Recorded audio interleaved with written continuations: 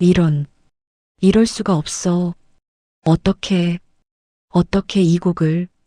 VIP석의 재벌 회장 강진호는 손에 쥔 프로그램을 떨어뜨렸습니다.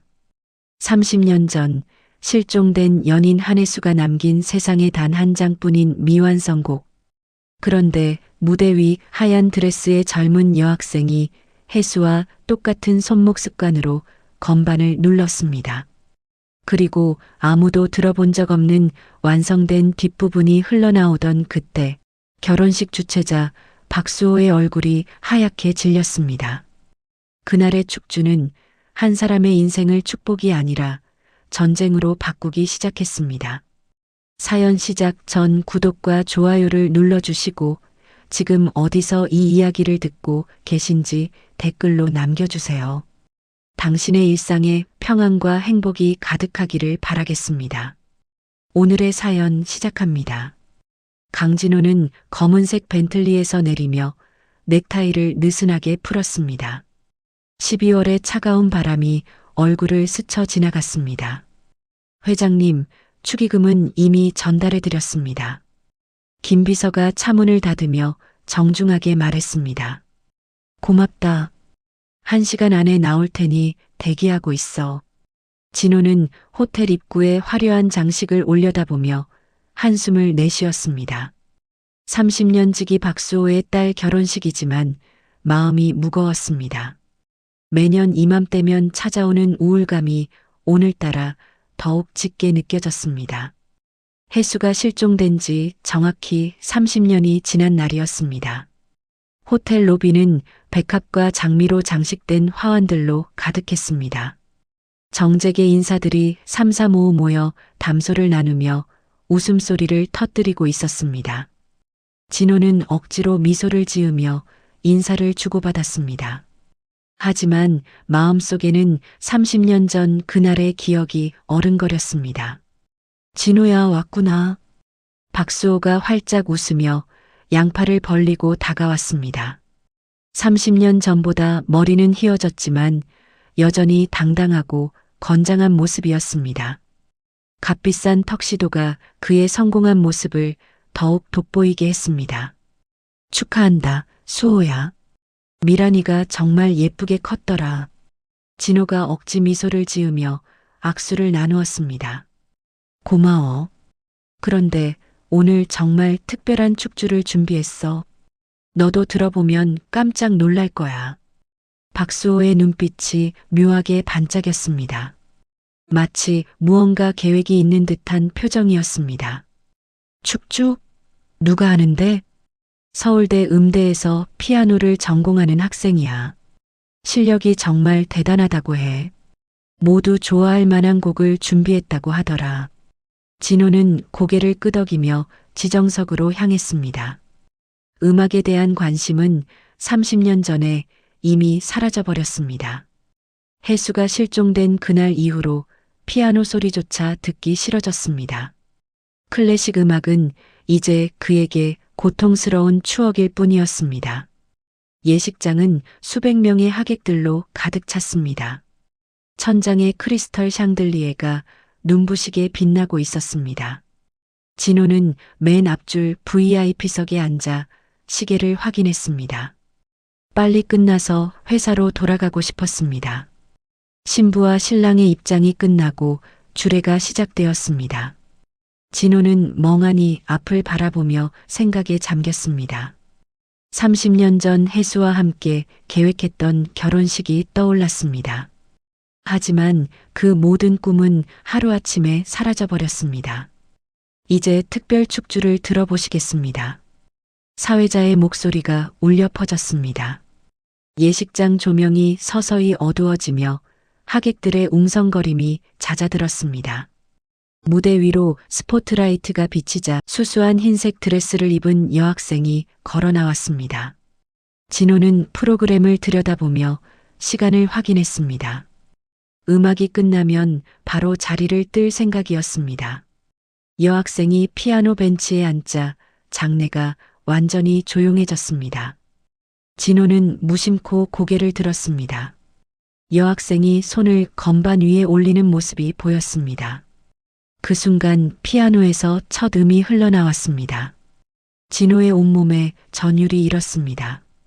손에 들고 있던 프로그램이 바닥으로 떨어졌습니다. 숨이 막히는 듯 했습니다. 이럴 수가 없어. 30년 전 혜수가 자신에게만 들려주었던 겨울의 재회였습니다. 세상에 단 한 장의 악보만 존재하는 미완성 곡이었습니다. 그것도 지금 진호의 개인 금고에 보관되어 있는 곡이었습니다. 여학생의 섬세한 손가락이 건반을 누를 때마다 30년 전의 기억이 파도처럼 밀려왔습니다. 혜수가 자신의 방에서 이 곡을 연주하던 그날 밤이 생생하게 떠올랐습니다. 어떻게 이 곡을? 진호가 중얼거렸습니다. 옆자리에 앉은 사람들이 고개를 돌려봤지만 진호는 전혀 신경 쓰지 않았습니다. 여학생은 혜수와 똑같은 방식으로 왼손목을 살짝 털며 연주를 계속했습니다. 그것은 혜수만의 특별한 습관이었습니다. 만성 손목 통증 때문에 무의식적으로 하던 동작이었습니다. 다른 사람은 절대 따라할 수 없는 자연스러운 몸짓이었습니다. 진호는 의자에서 일어났습니다. 심장이 미친 듯이 뛰고 있었습니다. 주변 하객들이 수군거렸지만 전혀 들리지 않았습니다. 연주는 곡의 중반부에 다다랐습니다. 혜수가 끝내 완성하지 못한 부분이었습니다. 30년 동안 진호가 밤마다 궁금해했던 그 부분이었습니다. 하지만 여학생은 멈추지 않았습니다. 오히려 더욱 애절하고 아름다운 선율을 완벽하게 이어갔습니다. 마치 원래부터 그 멜로디가 존재했던 것처럼 자연스럽게 흘러나왔습니다. 진호의 눈시울이 뜨거워졌습니다. 30년 동안 궁금했던 곡의 완성된 모습이었습니다. 혜수가 꿈꿨던 그 완벽한 선율이었습니다. 무대 옆에서 박수호가 급하게 비서에게 무언가 지시하는 모습이 보였습니다. 안색이 창백해진 채 손짓으로 무언가 신호를 보내고 있었습니다. 하지만 연주는 계속되었습니다. 여학생은 완전히 음악에 빠진 채 마지막 부분을 연주했습니다. 마지막 음이 예식장에 울려 퍼지자 장내는 완전히 숙연해졌습니다. 잠시의 정적 후 터져나오는 뜨거운 박수 소리. 하객들이 모두 일어서서 기립박수를 보냈습니다. 여학생이 고개 숙여 인사를 하고 무대 뒤로 사라졌습니다. 진호는 비서들의 재질을 뿌리치고 무대 쪽으로 뛰어갔습니다. 회장님, 어디로 가십니까? 김 비서가 당황하며 뒤따라왔지만 진호는 이미 비상구를 향해 전력 질주하고 있었습니다. 복도 끝에서 검은 가방을 메고 조용히 나오는 여학생을 발견했습니다. 잠깐만. 진호가 숨을 헐떡이며 외쳤습니다. 여학생이 놀라며 뒤돌아봤습니다. 20대 초반으로 보이는 깔끔하고 단정한 얼굴이었습니다. 화장기 없는 맑은 얼굴에 당황한 표정이 역력했습니다. 저를 부르신 건가요? 여학생이 가방끈을 꽉 쥐며 조심스럽게 물었습니다. 방금 연주한 곡, 대체 어디서 배운 거야? 진호가 다급하게 물었습니다. 손이 떨리고 있었습니다. 죄송한데, 누구시죠? 왜 갑자기? 미안하다. 나는 강진호라고 해. JS그룹 회장이야. 방금 연주한 곡 말이야. 혹시 겨울의 재회라는 제목 알고 있나? 여학생의 얼굴이 순간 창백해졌습니다. 가방을 놓칠 뻔하며 벽에 등을 기댔습니다. 어떻게 그 제목을? 역시 맞구나. 대체 어디서 그 곡을 배웠어? 누가 가르쳐줬나? 저는 그냥 잘 모르겠어요. 여학생이 말을 잇지 못하며 뒤로 물러섰습니다. 무서워하지 마. 해를 끼치려는 게 아니야. 다만 그 곡이 내게는 매우 특별한 의미가 있어서. 진호의 목소리가 떨렸습니다. 30년 만에 듣는 혜수의 곡이었습니다. 저도 정말 잘 모르겠어요. 어릴 적부터 머릿속에 계속 맴도는 멜로디였거든요. 누가 가르쳐 준 적도 없는데 여학생이 조심스럽게 대답했습니다. 진호의 심장이 다시 한번 크게 요동쳤습니다. 어릴 적부터라는 말이 계속 머릿속을 맴돌았습니다.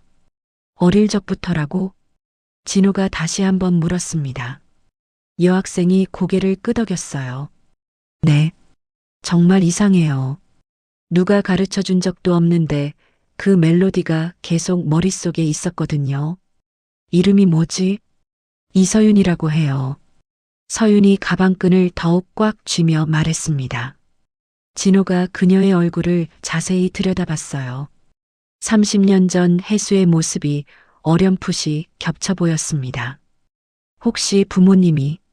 저희 엄마는 돌아가셨어요. 제가 어릴 때요. 서윤의 목소리가 조금 떨렸습니다. 진호가 미안한 표정을 지었어요. 미안해. 괜한 질문을 했네. 괜찮아요. 대신 저를 키워주신 분이 계세요. 그때 복도 저편에서 박수호의 목소리가 들렸습니다. 진호야, 어디 있어? 박수호가 비서들과 함께 복도를 찾아오고 있었어요. 서윤이 놀라며 뒤를 돌아봤습니다. 저는 이제 가봐야 해요. 서윤이 급하게 말하며 가방을 챙겼어요. 진호가 그녀의 팔을 살짝 잡았습니다. 잠깐만. 연락처 좀. 진호야, 여기 있었구나. 박수호가 헐떡이며 나타났습니다. 그의 얼굴에는 당황한 기색이 역력했어요. 서윤 씨, 연주 정말 훌륭했어요. 모든 하객들이 감동했다고 하더라고요. 박수호가 억지로 미소를 지으며 말했습니다. 하지만 그의 눈빛은 차가웠어요.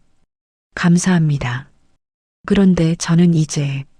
그래요, 수고했어요. 연주료는 나중에 따로 보내드릴게요. 박수호가 서윤의 말을 자르며 빨리 보내려 했습니다. 진호가 이상하다는 듯 박수호를 바라봤어요. 잠깐, 수호야. 이 학생과 좀 더 이야기를 나누고 싶은데. 아니야, 진호야. 식이 아직 끝나지 않았어. 들어가자. 박수호가 진호의 팔을 잡아 끌었습니다. 서윤이 그 틈에 휴대폰을 꺼내 진호에게 보여줬어요. 010-3456-7890입니다. 진호가 재빨리 번호를 기억했습니다. 서윤이 고개를 숙여 인사하고 복도 끝으로 사라졌어요. 가자, 진호. 케이크 자르는 시간이야. 박수호가 진호를 끌고 예식장으로 향했습니다. 하지만 진호의 머릿속은 온통 서윤의 연주로 가득했어요. 예식장으로 돌아온 진호는 제대로 집중할 수 없었습니다. 신랑 신부가 케이크를 자르는 모습도 하객들의 박수 소리도 모두 희미하게 들렸어요. 계속해서 겨울의 재회의 선율이 머릿속을 맴돌았습니다. 식이 끝나자마자 진호는 박수호에게 인사를 하고 호텔을 빠져나왔습니다. 회장님, 어디로 가시겠습니까? 김 비서가 물었습니다. 회사로. 차 안에서 진호는 서윤의 번호로 전화를 걸었어요. 몇 번의 신호음 후에 서윤의 목소리가 들렸습니다. 여보세요? 나야, 강진호. 아까 그 회장. 아, 네. 안녕하세요. 서윤의 목소리가 조심스러웠어요. 시간 있으면 만날 수 있을까? 그 곡에 대해 더 자세히 이야기하고 싶어서. 지금이요? 어디든 편한 곳으로 나올 수 있어? 잠시 침묵이 흘렀습니다. 홍대 근처 카페 멜로디라고 아세요? 찾아서 갈게. 30분 후에. 전화를 끊고 진호는 김 비서에게 말했어요. 홍대 카페 멜로디로 가. 네, 회장님. 김 비서는 더 이상 묻지 않았습니다. 30년간 진호를 지켜본 그는 오늘 회장이 평소와 다르다는 것을 알 수 있었어요. 카페에 도착한 진호는 서윤을 쉽게 찾을 수 있었습니다. 구석 자리에 앉아 뜨거운 커피를 마시고 있는 그녀의 모습이 보였어요. 진호가 다가가자 서윤이 일어나며 인사했습니다. 안녕하세요. 앉아요. 편하게 해도 돼요. 진호가 마주 앉으며 말했습니다. 카페는 조용했고 잔잔한 재즈 음악이 흐르고 있었어요. 커피 한 잔 더 시킬까요? 괜찮아요. 이미 시켜놨어요. 서윤이 자신의 커피잔을 두 손으로 감싸며 말했습니다. 진호가 그녀의 손을 유심히 봤어요. 피아니스트답게 길고 우아한 손가락이었습니다. 서윤 씨, 정말 궁금한 게 많아요. 그 곡을 어디서 들었는지 저도 정말 잘 모르겠어요. 어릴 적 기억이 너무 희미해서. 서윤이 고개를 숙이며 말했습니다. 혹시 어머니가 피아니스트였나요? 서윤이 고개를 들며 놀란 표정을 지었어요. 어떻게 아셨어요? 진호의 심장이 다시 빨리 뛰기 시작했습니다. 그냥 연주하는 모습이 너무 자연스러워서요. 엄마는 제가 정말 어릴 때 돌아가셨어요. 기억도 거의 없고요. 어머니 성함이 뭐였나요? 서윤이 잠시 망설였습니다. 한혜수라고 하셨어요. 진호가 들고 있던 커피잔이 바닥으로 떨어졌습니다. 뜨거운 커피가 테이블 위로 쏟아졌어요. 회장님, 괜찮으세요? 서윤이 급하게 냅킨을 가져와 테이블을 닦았습니다. 진호는 멍하게 그녀를 바라보고만 있었어요. 한혜수, 한혜수라고 했나요? 진호의 목소리가 떨렸습니다. 네. 왜 그러세요? 혹시 저희 엄마를 아세요? 서윤이 냅킨을 놓고 진호를 똑바로 바라봤어요. 진호는 30년 전의 기억이 파도처럼 밀려오는 것을 느꼈습니다. 혜수의 환한 미소, 피아노 연주하는 모습, 그리고 마지막에 만났던 그날의 기억까지. 회장님? 서윤이 걱정스런 목소리로 불렀습니다. 진호가 정신을 차리고 서윤을 다시 봤어요. 이제야 확실히 보였습니다. 서윤의 눈매, 코끝, 입술의 모양까지 혜수와 닮아 있었어요. 서윤 씨, 혹시 어머니가 언제 돌아가셨는지 기억나나요? 제가 5살 때니까 2007년쯤인 것 같아요. 진호가 계산해 봤습니다. 혜수가 실종된 것이 1996년이었으니 11년 뒤였어요. 혹시 어머니에 대한 유품이나 사진 같은 것 남아있나요? 몇 장 있어요. 그런데 왜 이런 걸 물어보세요? 서윤의 목소리에 경계심이 섞였습니다. 진호가 깊게 숨을 들이쉬었어요. 이 모든 상황이 우연의 일치일까요? 아니면 서윤 씨, 신뢰가 되지 않는다면 그 사진들을 한번 볼 수 있을까요? 지금요? 네. 정말 중요한 일이에요. 서윤이 잠시 고민하더니 고개를 끄덕였습니다. 집이 여기서 멀지 않아요. 하지만 정말 왜 그러시는지 궁금해요. 진호가 서윤의 눈을 똑바로 바라봤습니다. 당신의 어머니, 한혜수 씨를 30년 전에 알고 있었어요.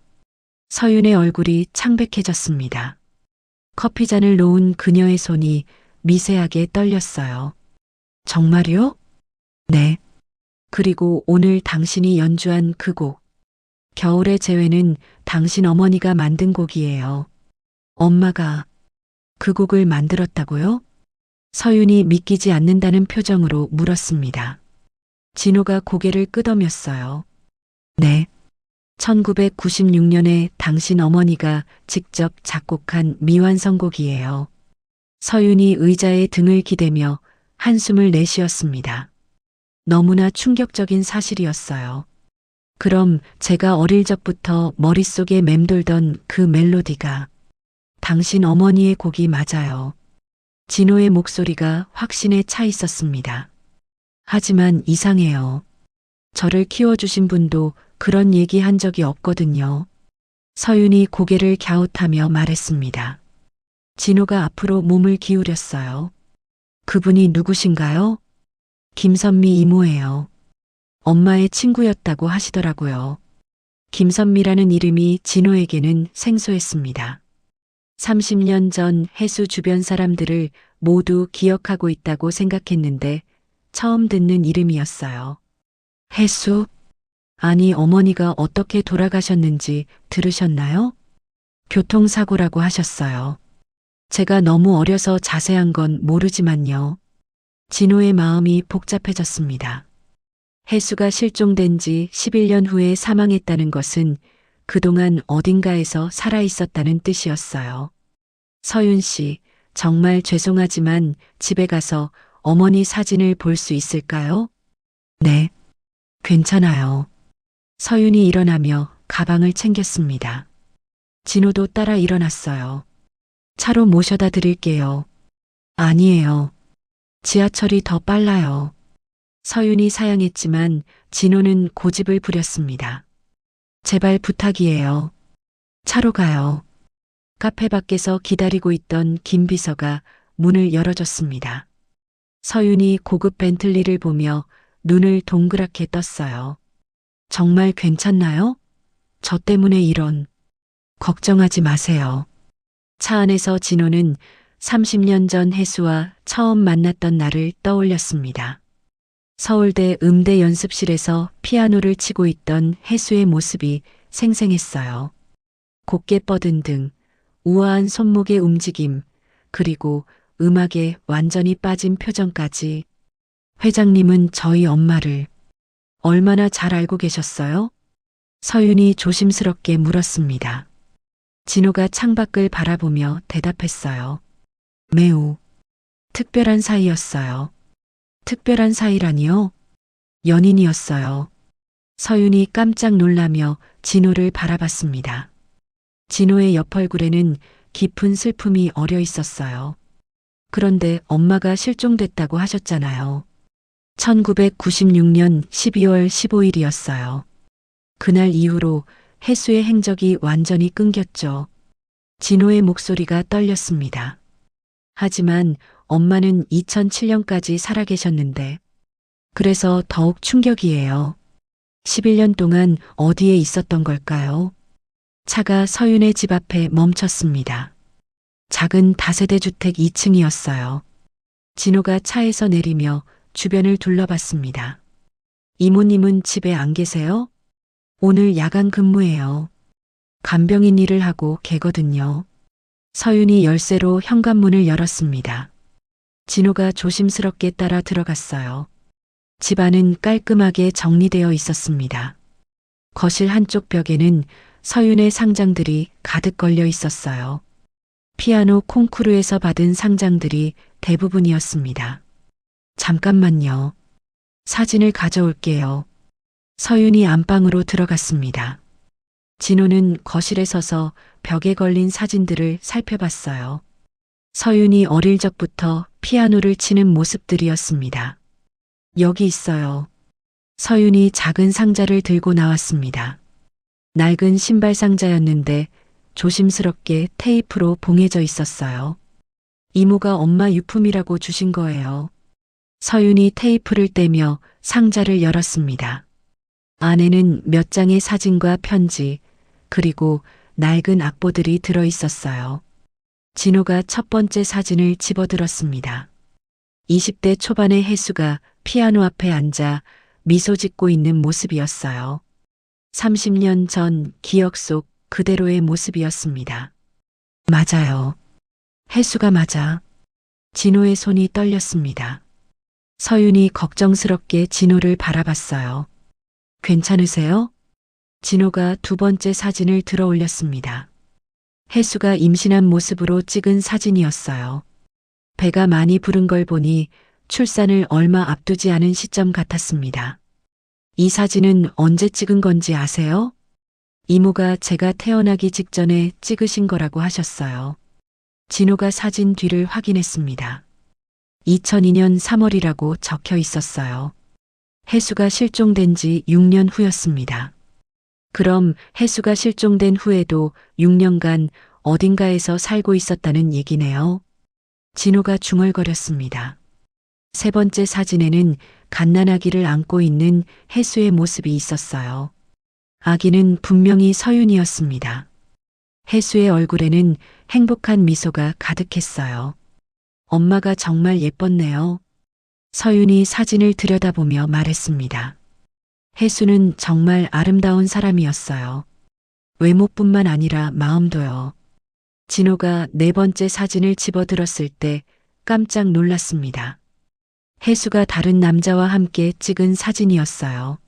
30대 중반으로 보이는 남자가 혜수의 어깨에 손을 올리고 있었습니다. 이 남자는 누구죠? 잘 모르겠어요. 이모한테도 물어봤는데 모른다고 하시더라고요. 진호의 가슴에 묘한 감정이 일었습니다. 질투일까요? 아니면 안도감일까요? 혜수가 실종된 후에 다른 사람과 행복하게 살았다는 사실이 복잡한 기분을 들게 했어요.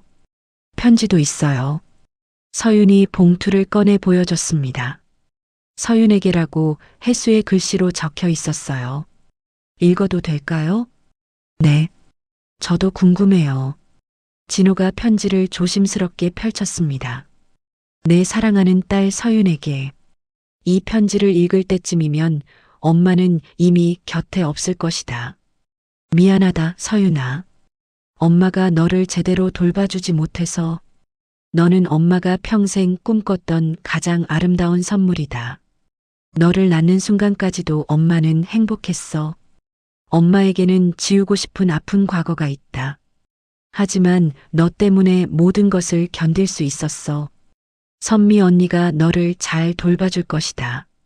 그분을 엄마처럼 여기고 살아가렴. 그리고 피아노를 꼭 배워라. 엄마가 너에게 물려줄 수 있는 유일한 재능이다. 언젠가 너의 피아노가 세상을 아름답게 만들 수 있을 것이다. 마지막으로 만약 진호라는 사람을 만나게 된다면 엄마를 용서해달라고 전해다오. 엄마가 떠난 것이 그 사람 때문이 아니라고. 사랑한다, 우리 딸. 엄마가.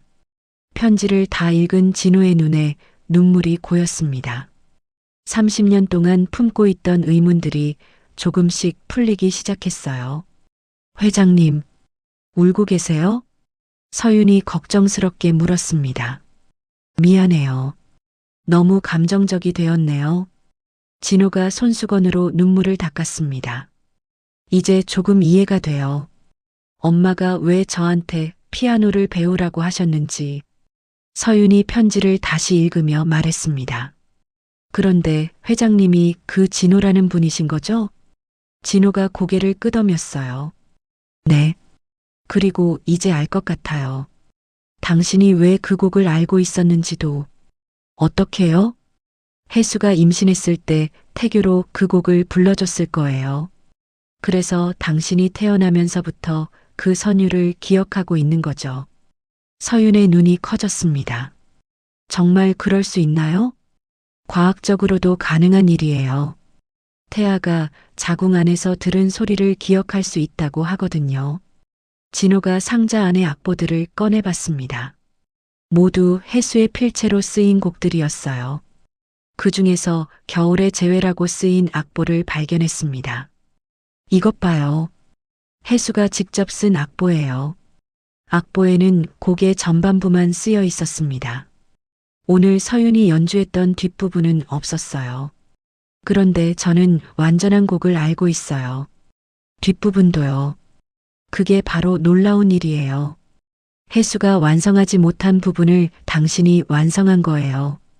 진호의 목소리에 경외감이 섞여 있었습니다. 어떻게 그런 일이 가능하죠? 모르겠어요. 하지만 분명한 것은 당신에게 혜수의 음악적 재능이 그대로 이어졌다는 것이에요. 서윤이 악보를 손에 들고 오랫동안 바라봤습니다. 이제야 자신의 정체성에 대한 실마리를 찾은 기분이었어요. 회장님, 저에게 엄마에 대해 더 많은 것을 알려주실 수 있나요? 진호가 서윤을 바라봤습니다. 그녀의 눈에는 간절함이 가득했어요. 물론이죠. 하지만 그 전에 당신을 위험에 빠뜨릴 수도 있다는 것을 알아두세요. 무슨 말씀이세요? 혜수가 실종된 이유가 단순하지 않아요. 누군가 의도적으로 그녀를 사라지게 만들었을 가능성이 높거든요. 서윤의 얼굴이 창백해졌습니다. 그럼 저도 위험한 건가요? 모르겠어요.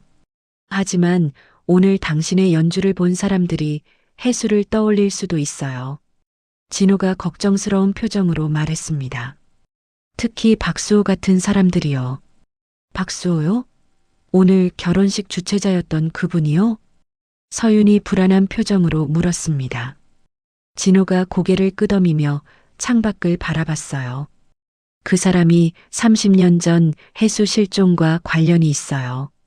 정말요? 확실하지는 않지만 의심스러운 구석이 많아요.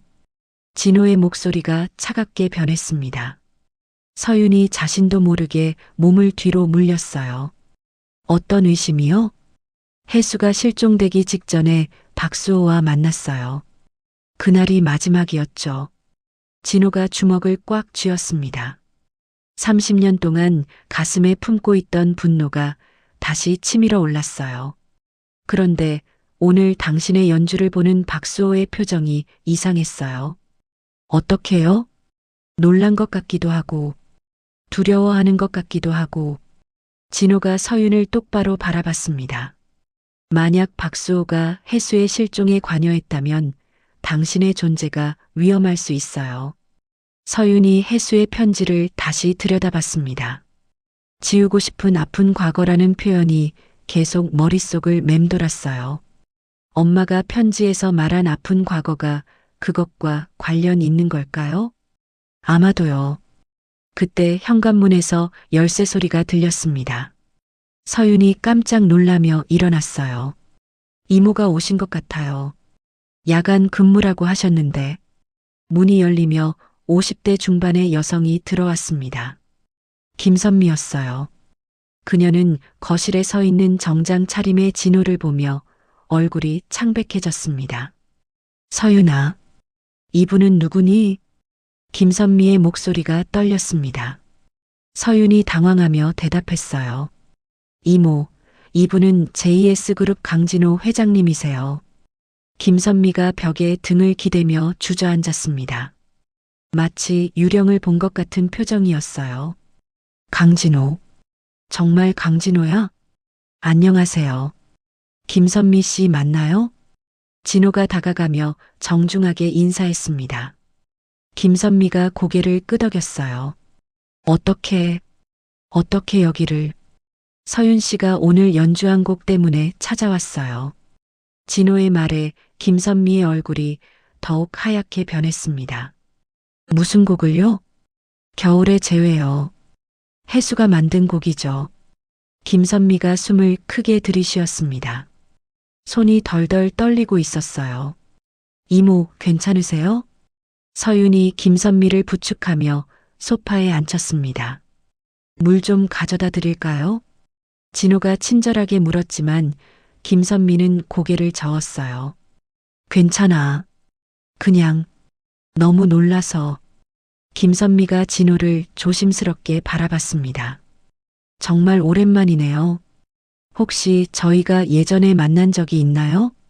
김선미가 잠시 망설이더니 고개를 끄덕였어요. 30년 전에 해수 언니 옆에서 일했어요. 그때 가끔 뵈었죠. 진호의 기억 속에서 김선미의 얼굴이 떠올랐습니다. 30년 전 젊은 김선미의 모습이었어요. 맞아요.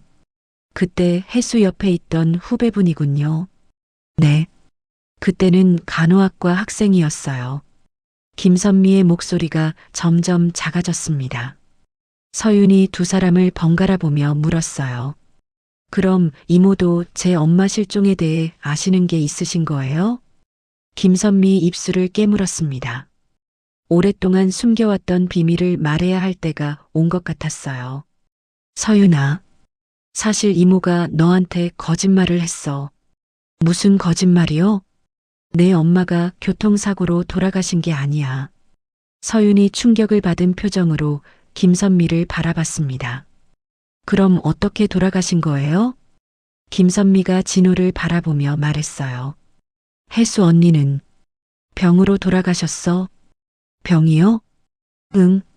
오랫동안 몸이 안 좋으셨거든. 김선미가 눈물을 닦으며 계속했습니다. 언니가 너를 낳은 후에 건강이 급속히 나빠졌어. 그런데도 너를 위해 끝까지 버티셨지. 진호가 조심스럽게 물었어요. 혜수가 실종된 후 어디에 있었는지 아세요? 김선미가 깊게 한숨을 쉬었습니다. 언니는 숨어서 살고 있었어요. 숨어서요? 누군가를 피해서요. 진호의 심장이 빨리 뛰기 시작했습니다. 누구를 피해서요? 김선미가 말을 잇지 못했습니다. 마치 말하는 것 자체가 위험한 일인 것처럼 보였어요. 이모, 제발 말씀해 주세요. 제가 알 권리가 있잖아요. 서윤이 김선미의 손을 잡으며 간청했습니다. 그 사람은 박수호라는 사람이었어. 진호가 벌떡 일어났습니다. 역시 박수호가 관련되어 있었군요. 앉으세요. 조용히 말해야 해요. 김선미가 주변을 살피며 속삭였습니다. 혹시 누가 듣고 있을지도 모르거든요. 진호가 다시 앉았지만 흥분은 가라앉지 않았어요. 정확히 무슨 일이 있었던 거예요? 박수호가 언니의 재능을 탐냈어요. 특히 언니가 만든 곡들을 가지고 싶어 했죠. 김선미가 조심스럽게 말을 이어갔습니다. 처음에는 합법적으로 사려고 했어요. 하지만 언니가 거절했죠. 그래서요? 그 다음부터 협박이 시작됐어요. 언니가 견디다 못해서 도망친 거예요. 진호의 주먹이 떨렸습니다. 30년 동안 품고 있던 의심이 확신으로 바뀌는 순간이었어요. 그럼 혜수가 실종된 게 납치된 거예요. 김선미의 말에 서윤이 입을 막았습니다. 납치라고요? 박수호가 사람들을 시켜서 언니를 어딘가에 가뒀어요. 그리고 곡을 내놓으라고 강요했죠. 그런데 어떻게 탈출했어요? 그건 저도 정확히 모르겠어요. 언니가 자세히 말씀해주지 않으셨거든요. 김선미가 서윤을 바라봤습니다. 언니가 탈출한 후에 저한테 연락했어요. 그리고 너를 부탁한다고 하시면서 사라지셨죠. 그 후에는 어떻게 됐어요? 가끔씩 연락이 왔어요. 멀리서 지켜보고 있다고 하시면서요. 진호가 목소리를 낮춰 물었어요. 박수호가 아직도 혜수를 찾고 있었나요? 네. 언니가 항상 그걸 걱정하셨어요. 그래서 서윤이를 피아노에서 멀리 하려고 하셨죠. 서윤이 놀라며 물었습니다. 엄마가 저한테 피아노를 멀리 하라고 했다고요? 응. 너의 재능이 드러나면 위험하다고 하셨어. 김선미가 서윤의 손을 꽉 잡았습니다. 하지만 너는 어릴 때부터 피아노에 대한 열정이 대단했어. 막을 수가 없었지. 그래서 엄마가 편지에 피아노를 배우라고 하신 거군요. 진호가 이해했다는 듯 말했습니다. 언니가 마음을 바꾸셨나 봐요. 마지막 순간에요. 김선미의 목소리가 슬퍼졌습니다. 언니가 돌아가시기 전에 마지막 전화를 했어요. 무슨 말씀을 하셨나요? 서윤이가 피아노를 통해 진실을 밝혀줄 거라고 하셨어요. 진호와 서윤이 서로를 바라봤습니다. 운명의 실이 점점 더 복잡하게 얽혀가고 있었어요. 그런데 오늘 서윤이가 그 곡을 연주했다는 것은 김선미가 걱정스러운 표정으로 말을 잇지 못했습니다. 박수호가 알아차렸을 수도 있다는 뜻이에요. 진호의 얼굴이 굳어졌습니다. 그럼 이제 어떻게 해야 해요? 서윤이 불안한 목소리로 물었습니다. 진호가 일어나며 결심한 표정을 지었어요. 30년 동안 숨겨져 있던 진실을 밝혀야 해요. 하지만 위험하지 않을까요? 김선미가 걱정했습니다. 더 이상 숨어 살 수는 없어요. 혜수를 위해서라도 진실을 밝혀야 합니다. 진호의 목소리에는 확고한 의지가 담겨 있었습니다. 서윤 씨, 저와 함께 해주실 건가요? 서윤이 혜수의 사진을 바라보며 고개를 끄덕였어요. 네. 엄마를 위해서라면 뭐든지 할 거예요. 그 순간 집 밖에서 자동차 소리가 들렸습니다. 김선미가 창문으로 다가가 밖을 내려다봤어요. 이상해. 저 차는 처음 보는데. 진호가 김선미 옆으로 가서 확인했습니다. 검은색 승용차 한 대가 집 앞에 정차해 있었어요. 누군가 우리를 지켜보고 있는 것 같네요. 진호의 표정이 심각해졌습니다. 벌써 시작됐군요. 빨리 뒷문으로 나가세요. 김선미가 급하게 말했습니다. 진호가 서윤의 손을 잡으며 일어났어요. 지금 당장이요? 네. 저 차에 탄 사람들이 누군지 모르겠지만 좋지 않은 예감이 들어요. 김선미가 창문 틈으로 다시 밖을 확인했습니다. 2명의 남자가 차에서 내려 집 쪽으로 걸어오고 있었어요. 서윤아, 가방 챙겨. 네. 서윤이 황급히 악보들을 가방에 넣었습니다. 혜수의 사진들도 함께 챙겼어요. 이모는 어떻게 하세요?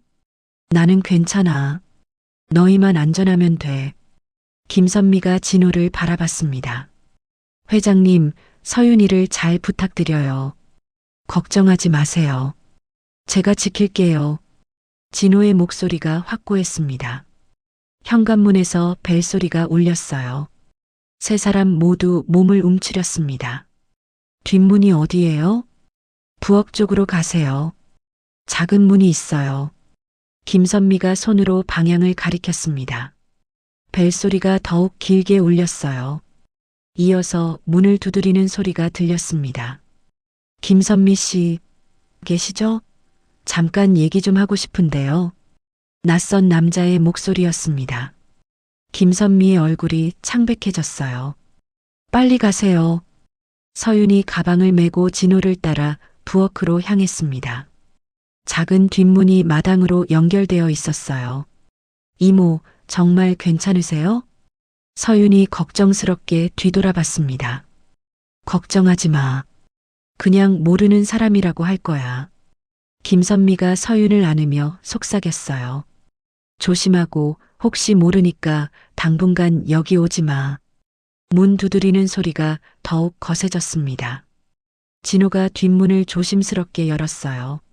마당 너머로 좁은 골목이 보였습니다. 저쪽으로 가면 큰 길로 나갈 수 있어요. 서윤이 작은 목소리로 말했습니다. 두 사람이 조용히 마당을 가로질러 골목으로 나왔어요. 진호가 휴대폰으로 김비서에게 전화를 걸었습니다. 김비서, 지금 어디 계세요? 호텔 주차장에서 대기 중입니다. 회장님. 지금 당장 여기서 500m 떨어진 큰 길로 와주세요. 급해요. 네, 알겠습니다. 전화를 끊고 진호는 서윤을 이끌고 골목을 따라 걸었습니다. 뒤에서 김선미 집 쪽으로 큰 소리가 들렸어요. 문을 따고 들어가는 것 같네요. 진호가 뒤돌아보며 말했습니다. 이모가 위험한 거 아니에요? 괜찮을 거예요. 그 사람들이 원하는 건 당신이니까요. 서윤의 가슴이 빨리 뛰었습니다. 평생 이런 위험한 상황을 겪어본 적이 없었거든요. 큰 길에 도착했을 때 진호의 벤틀리가 달려왔습니다. 김 비서가 급브레이크를 밟으며 멈춰 섰어요. 회장님, 무슨 일이세요? 나중에 설명드릴게요. 일단 출발하세요. 진호와 서윤이 차에 탄 직후 검은색 승용차가 골목에서 나타났습니다. 그들을 뒤따라오고 있었어요. 뒤쪽 차 보이세요? 진호가 김 비서에게 말했습니다. 네, 보입니다. 따돌릴까요? 네, 부탁해요. 김 비서가 가속 페달을 밟았습니다. 벤틀리가 시원하게 속도를 올렸어요. 하지만 검은색 승용차도 바짝 뒤따라왔습니다. 거리는 좁혀지지 않았어요. 회장님, 어디로 가시겠습니까? 일단 한강 쪽으로 가세요. 서윤이 뒤를 돌아보며 물었어요. 저 사람들이 누구일까요? 박수호가 보낸 사람들일 거예요. 진호의 목소리가 차갑게 식었습니다. 벌써 움직이기 시작했군요. 차가 한강대로로 접어들자 검은색 승용차가 더욱 바짝 붙어왔습니다. 차선을 바꿔가며 추격전이 시작됐어요. 김 비서님, 더 빨리 갈 수 있나요? 서윤이 긴장한 목소리로 물었습니다. 네, 걱정하지 마세요. 김 비서가 핸들을 꺾으며 차선을 바꿨어요. 하지만 상대방도 만만치 않았습니다. 회장님, 저들이 계속 따라붙고 있습니다. 괜찮아요. 일단 강남으로 가세요. 진호가 서윤을 바라보며 말했어요. 무서워하지 마세요. 제가 보호해 드릴게요. 고마워요. 하지만 정말 무섭네요. 서윤의 손이 떨리고 있었습니다. 그때 진호의 휴대폰이 울렸어요. 박수호였습니다. 받아야겠어요. 진호가 전화를 받았습니다. 진호야. 박수호의 목소리가 평소와 달랐어요. 차갑고 날카로웠습니다. 무슨 일로 전화했나? 오늘 만난 그 학생 말이야. 서윤 말인가? 그래. 그 아이와 만나지 마라.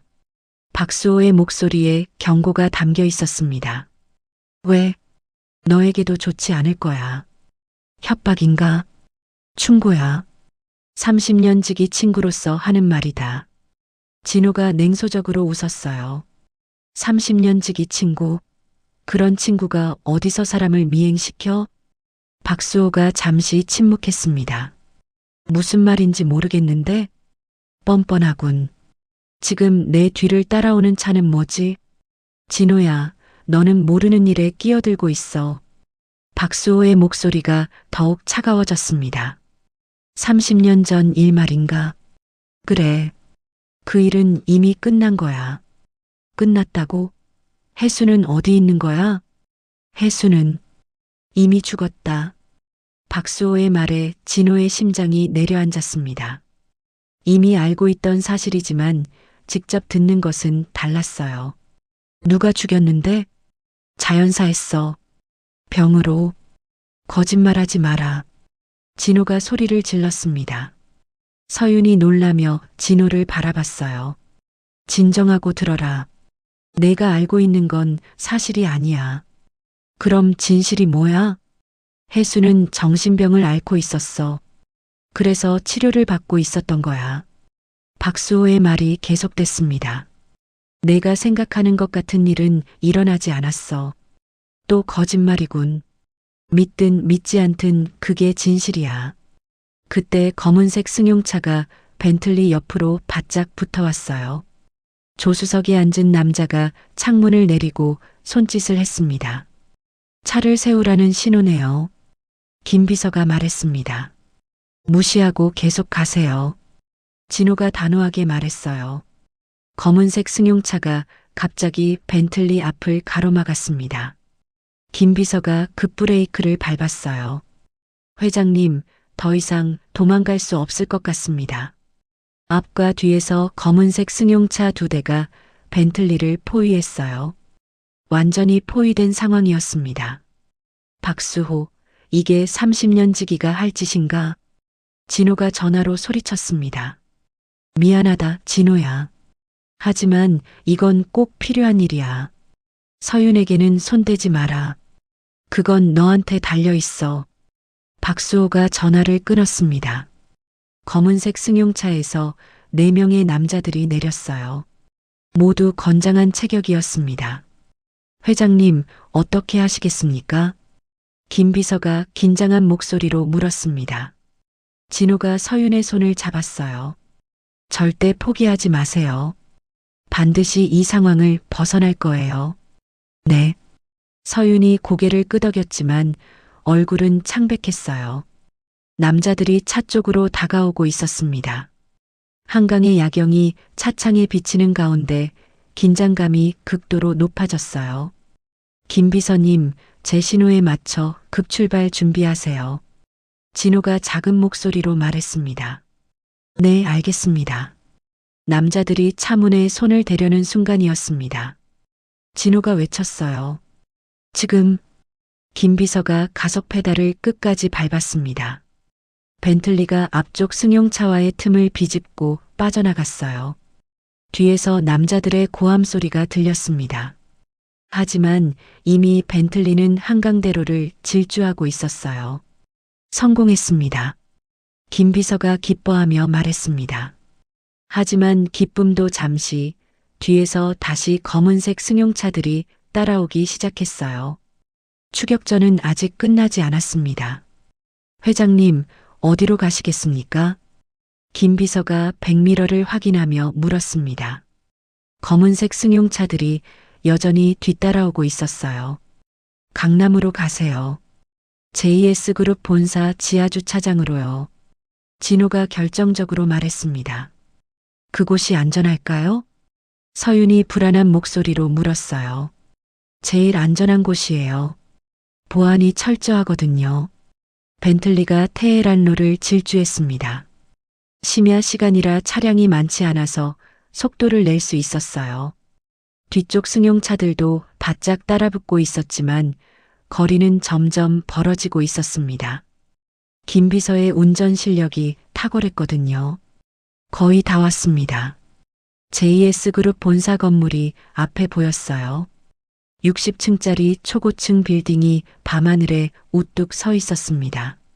차가 지하 주차장으로 들어가자 자동 차단기가 내려왔어요. 뒤따라오던 승용차들은 들어올 수 없었습니다. 후, 이제 안전하네요. 서윤이 안도의 한숨을 쉬었습니다. 아직 방심하면 안 돼요. 저들이 포기했을 리 없거든요. 진호가 차에서 내리며 말했어요. 지하 주차장에는 경비원들이 24시간 근무하고 있었습니다. CCTV도 곳곳에 설치되어 있었어요. 회장님, 이 시간에 무슨 일로 오셨습니까? 경비팀장이 다가와 인사했습니다. 급한 일이 있어서요. 혹시 외부인이 들어오려고 하면 절대 들여보내지 마세요. 네, 알겠습니다. 엘리베이터를 타고 60층 회장실로 올라갔어요. 서윤이 창밖 야경을 보며 감탄했습니다. 정말 높네요. 서울이 다 보여요. 이제 안전해요. 여기서 밤을 보내시죠. 진호가 회장실 옆에 있는 휴게실을 가리켰습니다. 간단한 침실과 화장실이 마련되어 있었어요. 정말 괜찮나요? 이렇게 폐를 끼쳐서. 전혀 폐가 아니에요. 오히려 제가 죄송하죠. 진호가 커피를 내리며 말했어요. 이 모든 일이 저 때문이거든요. 무슨 말씀이세요? 30년 전에 제가 혜수를 제대로 지켜주지 못했어요. 진호의 목소리에 후회가 담겨 있었습니다. 서윤이 소파에 앉으며 물었어요. 엄마와는 어떤 사이셨어요? 정말 연인이었나요? 네. 대학교 때 만났어요. 혜수는 음대 피아노과, 저는 경영학과였죠. 진호가 옛날을 회상하며 말했습니다. 처음 혜수를 본 곳이 연습실이었어요. 혼자서 피아노를 치고 있었는데 너무 아름다웠죠. 어떤 곡을 치고 있었어요? 쇼팽의 발라드 1번이었어요. 그런데 중간에 멈추더니 자기만의 선율을 즉석에서 만들어 연주하더라고요. 진호의 눈에 그때의 기억이 떠올랐어요. 그게 바로 겨울의 재회의 시작이었어요. 서윤이 놀라며 물었습니다. 그럼 그 곡이 그때 만들어진 거예요? 네. 혜수가 저를 보고 영감을 받아서 만든 곡이라고 했어요. 진호의 얼굴에 그리움이 스쳤습니다. 그 후로 우리는 매일 만났어요. 혜수가 곡을 완성해가는 과정을 지켜봤죠. 엄마가 그 곡을 완성했나요? 아니에요. 끝부분을 완성하지 못한 채로 실종됐어요. 진호가 커피를 서윤에게 건네며 계속했습니다. 그런데 오늘 당신이 그 미완성 부분을 완벽하게 연주했어요. 신기해요. 제가 어떻게 그럴 수 있었을까요? 혜수의 DNA가 당신에게 이어진 거겠죠. 음악적 재능뿐만 아니라 감성까지도요. 서윤이 가방에서 혜수의 악보를 꺼내 펼쳤어요. 미완성된 겨울의 재회가 있었습니다. 이 부분 뒤로는 어떻게 연주해야 하는지 저절로 알겠어요. 정말요? 네. 마치 오래전부터 알고 있던 것처럼요. 서윤이 허공에서 피아노를 치는 신으를 했어요. 손가락의 움직임이 너무도 자연스러웠습니다. 혜수도 그랬어요. 즉흥 연주를 할 때면 완전히 다른 세계에 빠져들었죠. 진호가 감탄하며 바라봤습니다. 어머니를 닮았나 보네요. 외모도 많이 닮았어요. 특히 연주할 때의 표정이요. 그때 진호의 휴대폰이 울렸어요. 김선미였습니다. 받아보세요. 이모일 거예요. 서윤이 말했습니다. 여보세요? 회장님, 저 김선미예요. 김선미의 목소리가 떨리고 있었어요. 안녕하세요. 무슨 일이세요? 집에 사람들이 와서 난리를 쳤어요. 다치신 곳은 없으세요? 다행히 괜찮아요. 하지만 집을 다 뒤졌어요. 김선미가 한숨을 쉬며 말했습니다. 서윤이는 안전한가요? 네, 지금 제 사무실에 있어요. 걱정 마세요. 다행이에요. 그런데 그 사람들이 이상한 걸 물어봤어요. 무엇을요? 혜수 언니의 다른 곡들이 있는지 물어보더라고요. 진호와 서윤이 서로를 바라봤습니다. 다른 곡들이요? 네. 겨울의 재회 말고 다른 작품들 말이에요. 진호가 생각해 봤어요. 30년 전 혜수는 여러 곡을 작곡하고 있었습니다. 혹시 그런 곡들이 정말 있나요? 몇 곡 더 있어요. 서윤이 가방에 넣어간 악보들 말이에요. 서윤이 가방을 뒤져 악보들을 꺼냈어요. 겨울의 재회 외에도 5곡이 더 있었습니다. 이모, 이 곡들이 뭔가요? 서윤이 전화를 받아 물었습니다. 서윤아, 괜찮니? 무서웠을 텐데. 네, 괜찮아요. 이 악보들 말이에요. 그것들은 내 엄마가 마지막에 완성한 작품들이야. 김선미의 목소리가 진지해졌습니다. 실종되기 전에 몰래 저에게 맡긴 거였어. 왜 박수호가 이 곡들을 찾고 있을까요? 진호가 물었습니다. 아마도 상업적 가치가 있어서겠죠. 김선미가 대답했습니다. 혜수 언니의 곡들은 정말 뛰어났거든요. 발표만 됐어도 큰 성공을 거뒀을 텐데. 서윤이 악보들을 하나씩 펼쳐봤어요. 모두 아름다운 선율로 가득했습니다. 이 곡들도 연주할 수 있을 것 같아요. 정말요? 네. 마치 제가 만든 곡처럼 익숙해요. 진호가 놀라며 물었어요. 그럼 혜수의 모든 곡을 연주할 수 있다는 말씀인가요? 그런 것 같아요. 신기하죠? 서윤이 미소를 지었습니다. 이모, 당분간 안전한 곳에 계세요. 진호가 전화를 받아 말했습니다. 서윤이도 조심하고요. 혹시라도 위험하면 언제든 연락하세요. 네, 알겠어요. 전화를 끊고 진호는 생각에 잠겼어요. 박수호가 혜수의 곡들을 그렇게 원하는 이유가 뭘까요? 서윤 씨, 이 곡들을 한번 연주해 보실 수 있나요? 지금요? 네. 궁금해서요. 서윤이 고개를 끄덕였어요. 회장실 한쪽에 있는 전자피아노로 가서 앉았습니다. 첫 번째 곡의 악보를 펼치고 연주를 시작했어요. 아름다운 선율이 사무실에 울려 퍼졌습니다. 진호는 30년 만에 혜수의 새로운 곡을 듣게 된 것이었어요. 연주를 들으며 진호의 눈에 눈물이 맺혔습니다. 마치 혜수가 직접 연주하는 것 같았거든요. 정말 대단해요. 진호가 감탄하며 말했습니다. 이제 알겠어요. 박수호가 왜 이 곡들을 원하는지. 왜요? 이 곡들이 발표된다면 음악계에 큰 파장을 일으킬 거예요. 진호의 표정이 심각해졌습니다. 그리고 혜수의 실종 사건도 다시 주목받을 거고요. 서윤이 연주를 멈추고 진호를 바라봤어요.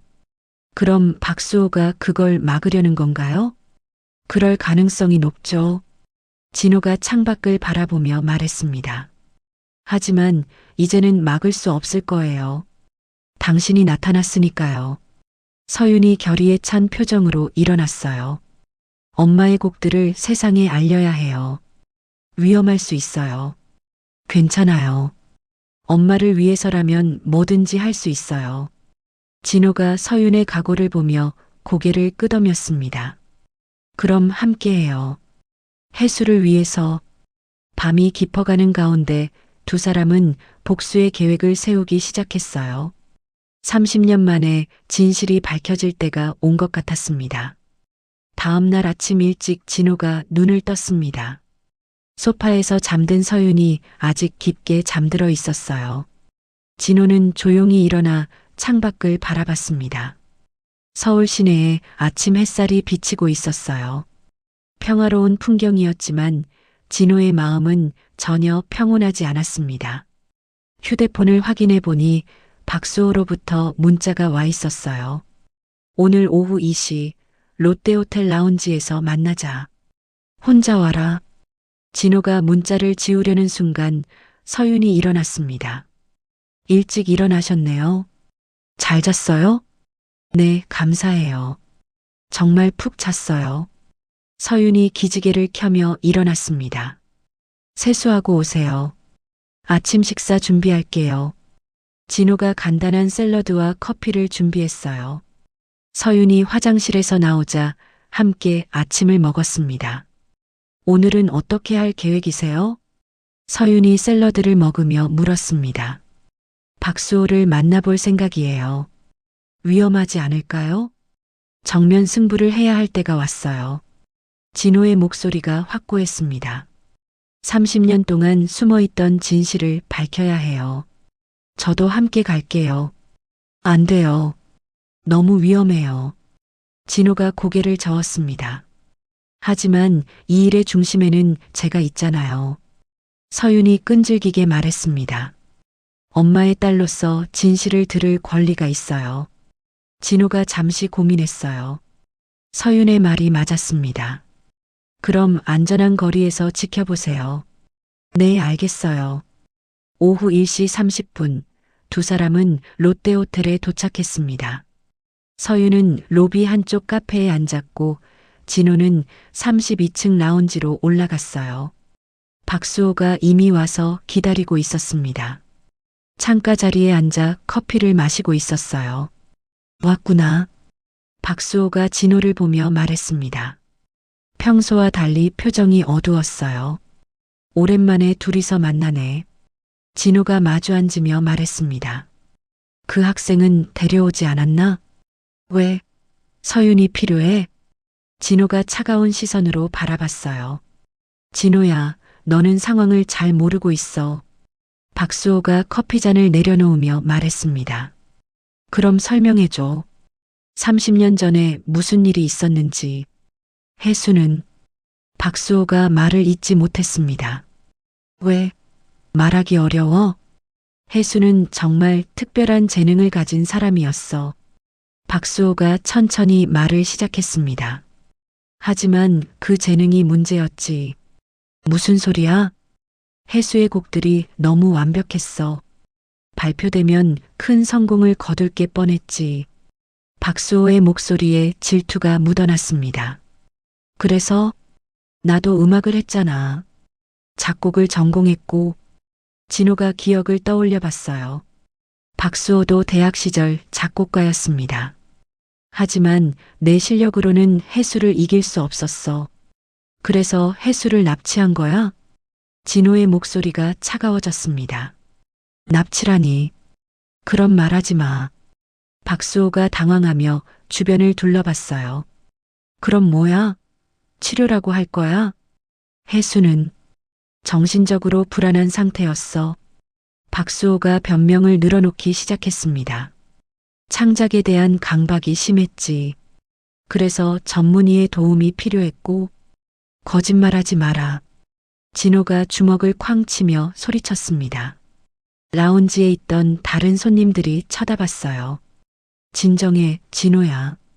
김선미에게서 다 들었어. 내가 혜수를 감금했다는 것을. 박수호의 얼굴이 창백해졌습니다. 김선미가 그런 말을 했다고? 그래. 그리고 혜수가 탈출해서 11년 더 살았다는 것도. 그건 박수호가 말을 잇지 못했습니다. 혜수가 서윤을 낳고 2007년에 죽었다는 것도 알고 있어. 진호가 박수호를 노려보며 계속했습니다. 이제 모든 게 밝혀졌어. 너는 절반밖에 모르고 있어. 박수호가 고개를 저으며 말했습니다. 나머지 절반도 말해봐. 혜수가 탈출한 후에 나를 협박했어. 협박이라고? 자신의 곡들을 발표해서 내 명성을 무너뜨리겠다고 했지. 박수호의 목소리가 떨렸습니다. 당연하지. 내가 잘못한 거잖아. 하지만 나에게는 가족이 있었어. 미란이도 있었고. 박수호가 손을 떨며 말했습니다. 그래서 혜수를 제거한 거야? 진호의 질문에 박수호가 벌떡 일어났습니다. 아니야. 나는 그런 짓 안 했어. 그럼 누가? 혜수는 정말 병으로 죽었어. 나는 그냥 방관했을 뿐이야. 박수호가 다시 앉으며 고개를 떨궜어요. 방관이라고? 치료받을 수 있도록 도와주지 않은 거야? 그때는 내가 살기 위해서였어. 박수호의 목소리가 점점 작아졌습니다. 그리고 지금은 서윤을 왜 위협하는 거야? 그 아이가 혜수의 곡들을 연주하기 시작하면 박수호가 말을 잇지 못했습니다. 30년 전 일이 다시 수면 위로 올라온다는 거지? 그래. 그럼 나는 끝이야. 박수호가 머리를 감싸 안으며 말했습니다. 미란이의 결혼도 내 정치 생명도 모든 게 끝나. 당연한 데가 아니야. 진호가 냉정하게 말했습니다. 제발 그 아이를 멀리 보내줘. 박수호가 간청하며 말했습니다. 외국으로 유학을 보내든지 해서 조용히 지내게 해줘. 그건 서윤이가 결정할 일이야. 진호가 일어나며 말했습니다. 그리고 나는 혜수를 위해 진실을 밝힐 거야. 진호야, 제발. 박수호가 진호의 팔을 잡았습니다. 우리가 30년 지기 아니야? 30년 지기가 친구의 연인을 납치해? 진호가 팔을 뿌리치며 말했습니다. 이제 끝이야. 모든 진실을 세상에 알릴 거야. 진호가 라운지를 나가려는 순간 박수호가 소리쳤습니다. 그럼 너도 가만두지 않겠어. 진호가 돌아서서 박수호를 바라봤어요. 그래. 정면 승부하자. 후회하게 될 거야. 박수호의 목소리가 라운지에 울렸습니다. 진호가 엘리베이터를 타고 내려가며 생각했어요. 이제 정말 전쟁이 시작된 것 같았습니다. 1층 로비에서 서윤이 기다리고 있었어요. 진호의 표정을 보자 모든 것을 이해한 것 같았습니다. 어떻게 됐어요? 예상했던 대로예요. 박수호가 모든 것을 인정했어요. 그럼 이제 어떻게 하죠? 언론에 공개해야 해요. 하지만 증거가 더 필요해요. 진호가 서윤을 바라보며 말했습니다. 혹시 김선미 이모에게서 더 많은 정보를 얻을 수 있을까요? 한번 물어볼게요. 서윤이 휴대폰을 꺼내 김선미에게 전화를 걸었습니다. 이모, 저예요. 서윤아, 괜찮니? 김선미의 목소리가 들렸어요. 네. 그런데 이모, 엄마에 대해 더 자세히 알고 싶어요. 무엇을? 엄마가 감금되어 있을 때의 기록 같은 것 있나요? 김선미가 잠시 침묵했습니다. 사실, 있어. 서윤과 진호가 서로를 바라봤어요. 어떤 기록이요? 내 엄마가 그때 몰래 쓴 일기가 있어. 그리고 녹음 파일도. 진호의 심장이 빨리 뛰기 시작했습니다. 정말요? 응. 하지만 너무 위험해서 지금까지 숨겨왔어. 이모, 그 증거들이 있으면 엄마의 억울함을 풀 수 있어요. 서윤이 간절하게 말했습니다. 알겠어. 오늘 밤에 만나자. 김선미가 결심한 듯 말했습니다. 어디서요? 남산타워 아래 주차장에서. 밤 11시에. 전화를 끊고 진호가 서윤을 바라봤어요. 드디어 결정적인 증거를 찾을 수 있을 것 같네요. 네. 엄마의 진실이 밝혀질 거예요. 하지만 두 사람 모두 모르고 있었습니다. 박수호가 이미 김선미를 감시하고 있다는 것을 말이에요. 밤 10시 30분 진호와 서윤은 남산타워로 향했습니다. 30년 만에 혜수의 진실이 세상에 드러날 순간이 다가오고 있었어요. 남산타워로 가는 길에 진호가 계속 백미러를 확인했습니다. 혹시 누군가 뒤따라오는지 살펴봤지만 별다른 이상은 없었어요. 긴장되네요. 서윤이 손을 꼭 쥐며 말했습니다. 저도 마찬가지예요. 30년 만에 혜수의 진실을 알게 되는 순간이잖아요. 남산 주차장에 도착했을 때는 밤 10시 50분이었습니다. 한적한 주차장에는 몇 대의 차만 세워져 있었어요. 이모가 오실 때까지 기다려봐요. 진호가 차 안에서 주변을 살폈습니다. 5분 후 김선미의 낡은 소나타가 주차장으로 들어왔어요. 김선미가 차에서 내리자 서윤이 달려가 안았습니다. 이모, 괜찮으세요? 응, 걱정하지 마. 김선미가 서윤을 토닥이며 말했습니다. 하지만 그녀의 얼굴에는 두려움이 역력했어요. 회장님, 안녕하세요. 김선미가 진호에게 정중하게 인사했습니다. 고생 많으셨어요. 혹시 뒤따라온 사람은 없죠? 네, 조심해서 왔어요. 김선미가 가방에서 낡은 상자를 꺼냈습니다. 신발 상자보다 조금 큰 크기였어요. 이 안에 혜수 언니가 남긴 모든 기록이 들어있어요. 서윤이 떨리는 손으로 상자를 받았습니다. 정말 소중한 것들이에요. 조심해서 다뤄야 해요. 어떤 것들이 들어있나요? 진호가 물었습니다. 일기장 3권, 녹음 테이프 5개, 그리고 사진들이요. 김선미가 하나씩 설명했습니다. 혜수 언니가 감금되어 있는 동안 몰래 기록한 것들이에요. 서윤이 상자를 열어봤습니다. 낡은 공책들과 카세트 테이프들이 보였어요. 이 일기에는 박수호가 어떤 짓을 했는지 자세히 적혀 있어요. 김선미의 목소리가 떨렸습니다. 그리고 녹음에는 박수호가 언니를 협박하는 내용이 담겨 있고요. 진호의 심장이 빨리 뛰었습니다. 드디어 결정적인 증거를 손에 넣게 된 것이었어요. 이것만 있으면 박수호를 법정에 세울 수 있겠네요. 하지만 조심하세요. 김선미가 진호를 바라보며 말했습니다. 박수호는 절대 가만두지 않을 거예요. 그때 주차장 입구 쪽에서 헤드라이트가 보였습니다. 검은색 승용차 2대가 빠르게 다가오고 있었어요. 저들이 왔네요. 진호가 소리쳤습니다. 빨리 차에 타세요. 3사람이 황급히 진호의 벤틀리로 뛰어갔습니다. 김선미가 뒷좌석에 탔고 서윤이 조수석에 앉았어요. 진호가 시동을 걸며 급출발했습니다. 뒤에서 검은색 승용차들이 바짝 따라왔어요. 이모, 괜찮으세요? 서윤이 뒤를 돌아보며 물었습니다. 응, 괜찮아. 그것보다 그 상자 꼭 지켜. 김선미가 숨을 헐떡이며 말했습니다. 진호가 급커브를 돌며 추격자들을 따돌리려 했어요. 하지만 상대방들도 만만하지 않았습니다. 회장님, 어디로 갈까요? 일단 시내로 가. 사람 많은 곳으로. 벤틀리가 남산 터널을 빠져나와 시내로 향했습니다. 밤늦은 시간이지만 명동 일대는 여전히 사람들로 붐비고 있었어요. 여기서 차를 세우고 지하철로 갈까요? 서윤이 제안했습니다. 좋은 생각이야. 진호가 명동역 근처에 차를 세웠어요. 3사람이 재빨리 내려서 역으로 향했습니다.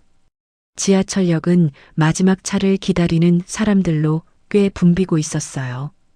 검은색 승용차에서 내린 남자들이 뒤따라왔지만 인파 속에서는 쉽게 따라올 수 없었습니다. 2호선을 타고 강남으로 가자. 진호가 앞장서며 말했습니다. 전철이 도착하자 3사람이 타고 자리에 앉았어요. 김선미가 가슴을 쓸어내리며 말했습니다. 정말 아슬아슬했네요. 이제 안전해. 하지만 상자는 더욱 조심해서 보관해야 해. 진호가 서윤을 바라보며 말했습니다. 강남역에 도착해서 진호의 회사 근처 24시간 카페로 갔어요. 이른 새벽 시간이라 손님이 별로 없었습니다. 구석 자리에 앉아서 김선미가 상자 내용물을 하나씩 꺼내 보여줬어요. 첫 번째 일기장을 펼쳐보니 혜수의 글씨로 빼곡히 적혀 있었습니다. 1996년 12월 20일. 오늘로 감금된 지 5일째다. 박수호는 내게 곡을 넘기라고 계속 협박한다. 진호가 일기를 읽으며 주먹을 쥐었어요. 정말 인간이 할 짓이 아니네요. 서윤이 다음 페이지를 넘겨봤습니다. 12월 25일. 크리스마스인데 진호는 나를 찾고 있을까?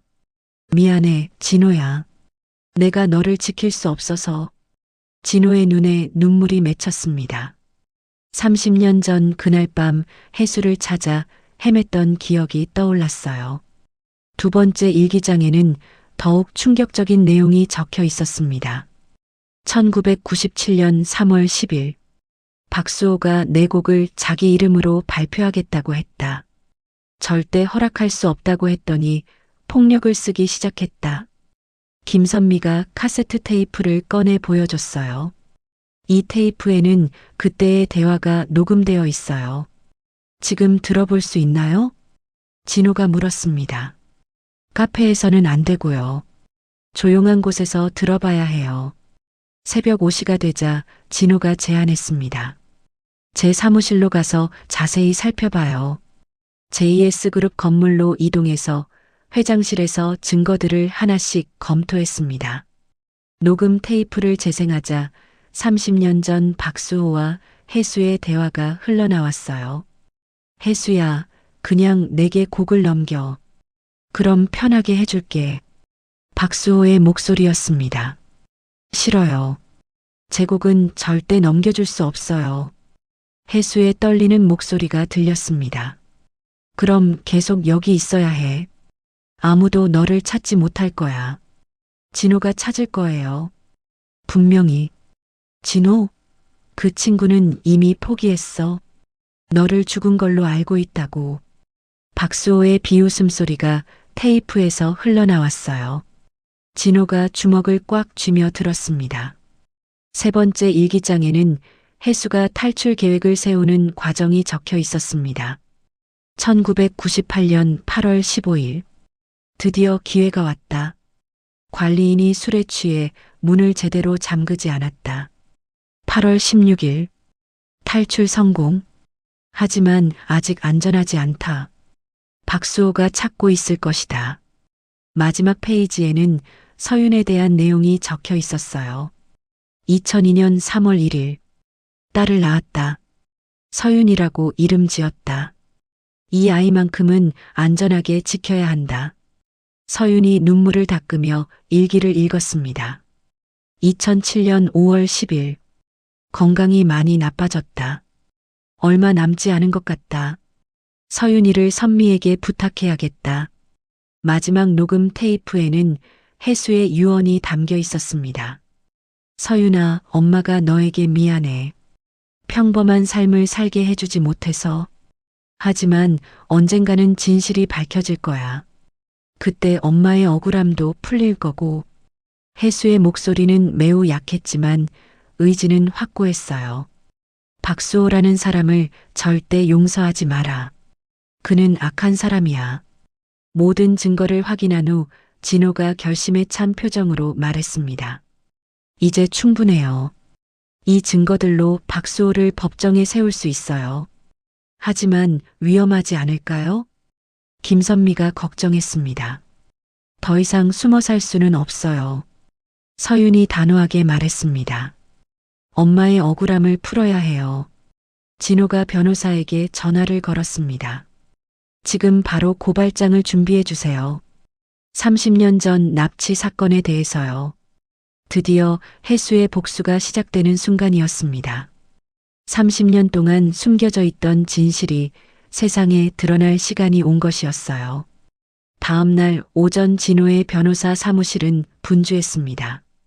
최고 형사 전문 변호사인 이재민이 증거들을 하나씩 검토하고 있었어요. 이 정도면 충분히 기소할 수 있습니다. 이재민이 자신있게 말했습니다. 납치, 감금, 협박. 모든 혐의가 성립되어 진호가 안도의 한숨을 쉬었습니다. 언제 고발할 수 있나요? 오늘 당장이라도 가능해요. 하지만 먼저 언론에 공개하는 것이 어떨까요? 왜요? 서윤이 궁금해하며 물었습니다. 박수호가 권력이 있는 사람이라 법적 절차에서 압력을 넣을 수도 있거든요. 이재민이 설명했습니다. 하지만 언론에 먼저 공개되면 은폐가 불가능해져요. 진호가 고개를 끄덕였어요. 좋은 생각이네요. 어떤 언론사가 좋을까요? MBC 탐사보도팀이 이런 사건에 전문적이에요. 그때 김선미가 조심스럽게 말했습니다. 혹시 혜수 언니의 음악도 함께 공개할 수 있을까요? 무슨 뜻이에요? 언니가 만든 곡들을 세상에 알리는 거예요. 김선미의 제안에 서윤의 눈이 밝아졌습니다. 저도 그렇게 하고 싶어요. 엄마의 재능을 사람들이 알았으면 좋겠어요. 그럼 서윤이가 직접 연주하는 모습도 방송에 나가는 건가요? 진호가 물었습니다. 네. 제가 엄마의 곡들을 연주해서 보여드리고 싶어요. 서윤의 목소리에 확신이 가득했습니다. 오후 2시 MBC 탐사보도팀 김 기자가 진호의 사무실을 찾아왔습니다. 20년차 베테랑 기자답게 예리한 눈빛을 하고 있었어요. 정말 놀라운 사건이네요. 김 기자가 증거들을 살펴보며 말했습니다. 30년 전 일이지만 공소시효가 지나지 않았나요? 살인이나 납치 같은 중대 범죄는 공소시효가 없어요. 이재민이 설명했습니다. 그럼 방송은 언제 나갈 수 있나요? 내일 저녁 뉴스데스크에서 단독 보도할 예정이에요. 김 기자가 말했습니다. 하지만 먼저 서윤 씨의 연주를 녹화해야 해요. 지금 할까요? 서윤이 준비된 표정으로 말했습니다. MBC 스튜디오로 이동해서 촬영이 시작됐습니다. 서윤이 그랜드 피아노 앞에 앉자 모든 스태프들이 숙연해졌어요. 첫 번째 곡은 겨울의 재회입니다. 서윤이 카메라를 보며 말했습니다. 30년 전 제 어머니 한혜수가 만든 미완성곡이에요. 피아노 선율이 스튜디오에 울려 퍼지기 시작했습니다. 스태프들 모두가 감동에 젖어들었어요. 촬영을 마친 후 김 기자가 진호와 인터뷰를 했습니다. 30년간 어떤 심정으로 지내셨나요? 매일이 지옥 같았어요. 혜수를 지키지 못했다는 죄책감으로 살았죠. 진호의 목소리가 떨렸습니다. 그런데 서윤 씨를 만나면서 희망을 되찾으셨나요? 네. 혜수가 완전히 사라진 게 아니라 서윤을 통해 계속 살아있다는 걸 깨달았어요. 그날 밤 박수호는 자신의 저택에서 술을 마시고 있었습니다. 불안한 마음에 잠을 이루지 못하고 있었어요. 아버지, 괜찮으세요? 딸 미란이 걱정스럽게 다가왔습니다. 미란아. 박수호가 딸을 바라보며 눈물을 흘렸어요. 무슨 일이세요? 왜 이러세요? 아빠가 너무 큰 잘못을 저질렀구나. 박수호의 고백에 미란이 당황했습니다. 무슨 말씀이세요? 30년 전에 한혜수라는 사람을. 박수호가 말을 잇지 못했어요. 다음 날 저녁 8시 MBC 뉴스데스크가 시작됐습니다. 앵커가 심각한 표정으로 말했습니다. 30년 전 실종된 천재 피아니스트의 충격적인 진실이 밝혀졌습니다. 화면에 혜수의 젊은 시절 사진이 나왔어요. 한혜수 씨는 1996년 납치돼 8년간 감금당했으며 탈출 후에도 숨어서 살다가 2007년 사망한 것으로 드러났습니다. 이어서 박수호의 사진이 화면에 나타났습니다. 가해자는 현재 대형 로펌을 운영하는 박수호 대표로 피해자의 음악적 재능을 탐내 이 같은 범죄를 저질렀다고 합니다. 서윤의 인터뷰가 방송됐어요. 어머니가 그런 고통을 받으셨다는 걸 이제야 알았어요. 정말 가슴이 아픕니다. 서윤의 눈에 눈물이 고였습니다. 하지만 어머니의 억울함을 반드시 풀어드리고 싶어요. 이어서 서윤의 연주 장면이 나왔습니다. 겨울의 재회의 아름다운 선율이 전국에 울려 퍼졌어요. 박수호는 TV 앞에서 무너져 앉았습니다. 모든 것이 끝났다는 걸 깨달았어요. 아버지, 미란이 쓰러진 박수호를 부축했습니다. 휴대폰이 끊임없이 울렸지만 박수호는 받을 수 없었어요. 기자들, 동료들, 모든 사람들이 진실을 확인하려 연락하고 있었습니다.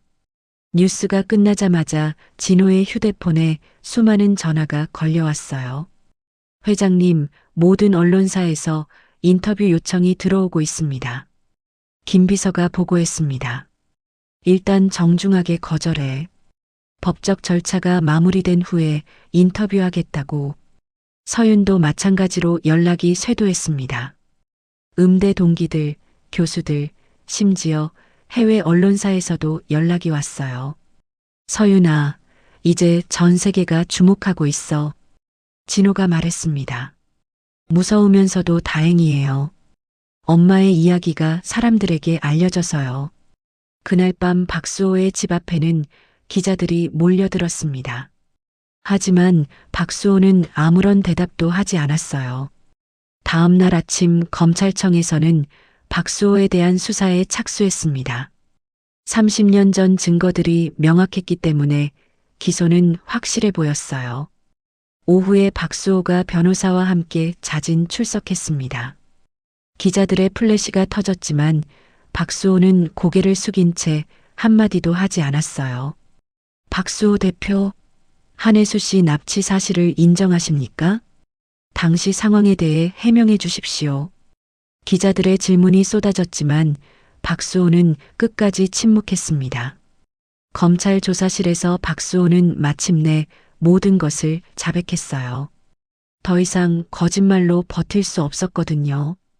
혜수의 재능이 부러웠습니다. 그래서 그런 짓을 저질렀어요. 박수호의 고백이 조서에 기록됐습니다. 진호와 서윤은 검찰청에서 나오는 박수호의 모습을 지켜봤어요. 30년 만에 정의가 실현되는 순간이었습니다. 이제 정말 끝났나요? 서윤이 물었습니다. 그래. 이제 혜수가 편히 쉴 수 있을 거야. 진호의 목소리에 안도감이 묻어났습니다. 그날 저녁 뉴스에서는 박수호의 자백 소식이 톱뉴스로 보도됐어요.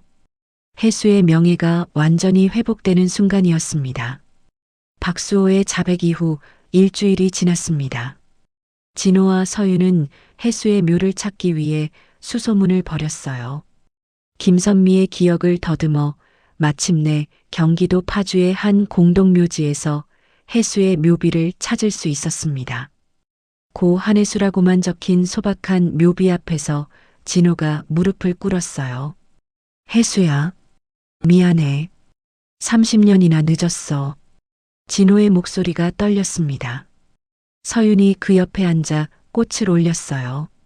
엄마, 이제 억울함이 다 풀렸어요. 서윤의 눈에서 눈물이 흘러내렸습니다. 그리고 엄마가 만드신 곡들을 많은 사람들이 알게 됐어요. 김선미도 함께 와서 혜수를 추모했습니다. 언니, 이제 편히 쉬세요. 세 사람은 오랫동안 묘 앞에 앉아 있었어요. 30년간의 한이 조금씩 풀리는 것 같았습니다. 그날 밤 진호의 집에서 작은 추모식을 열었습니다. 서윤이 혜수의 곡들을 하나씩 연주했어요. 겨울의 재회를 마지막으로 연주하자 모든 이들이 눈물을 흘렸습니다. 혜수의 영혼이 그 음악 속에 살아있는 것 같았거든요. 서윤아, 앞으로 어떤 계획이 있지? 진호가 물었습니다. 엄마의 곡들을 정식 앨범으로 만들어서 발매하고 싶어요. 서윤의 목소리에 의지가 담겨 있었습니다. 그리고 피아니스트로서 정당하게 인정받고 싶어요. 좋은 생각이야. 내가 도와줄게. 진호가 미소를 지었습니다. 몇 달 후 박수호에 대한 1심 재판이 열렸습니다. 법정은 기자들과 방청객들로 가득 찼어요. 박수호는 수척해진 모습으로 피고인석에 앉았습니다. 더 이상 과거의 당당한 모습은 찾아볼 수 없었어요. 피고는 1996년 12월 15일 피해자 한혜수 씨를 납치하여 약 5년간 감금한 혐의로 기소되었습니다. 검사가 기소장을 낭독했습니다. 또한 피해자의 창작물을 강제로 빼앗으려 한 혐의도 있습니다. 증인으로 출석한 김선미가 증언대에 섰어요. 혜수 언니는 정말 고통스러워했어요. 하지만 끝까지 굴복하지 않으셨죠. 김선미의 증언에 방청석에서 흐느끼는 소리가 들렸습니다. 서윤도 증언대에 섰습니다. 저는 어머니를 직접 기억하지 못해요. 하지만 어머니가 남기신 음악을 통해 그분의 마음을 느낄 수 있었습니다. 서윤의 목소리가 법정에 울려 퍼졌어요. 어머니는 마지막까지 진실이 밝혀지기를 원하셨어요. 진호도 증인으로 출석했습니다. 30년 동안 저는 혜수를 찾아 헤맸습니다. 그녀가 어떤 고통을 받고 있는지도 모른 채요. 진호가 박수호를 똑바로 바라보며 말했습니다. 피고는 저의 30년 지기 친구였습니다. 그런 사람이 어떻게 이런 일을 할 수 있었는지 이해할 수 없습니다. 박수호의 변호인이 최후 변론을 했지만 설득력이 없었어요. 증거가 너무나 명확했거든요. 마지막으로 박수호가 최후 진술을 했습니다. 저는 정말 잘못했습니다. 박수호가 떨리는 목소리로 말했습니다. 혜수 씨와 그 가족들에게 진심으로 사과드립니다. 하지만 이미 돌이킬 수 없는 일을 저질렀습니다. 박수호가 고개를 숙였어요. 어떤 처벌도 달게 받겠습니다. 재판장이 판결을 선고했습니다. 피고인 박수호에게 징역 15년을 선고합니다. 법정에서 박수호가 연행되는 모습을 보며 진호는 복잡한 심정이었어요. 친구였던 사람의 몰락을 지켜보는 것은 쉽지 않았거든요. 하지만 정의는 반드시 실현되어야 했습니다. 재판이 끝난 후 기자들이 몰려들었어요.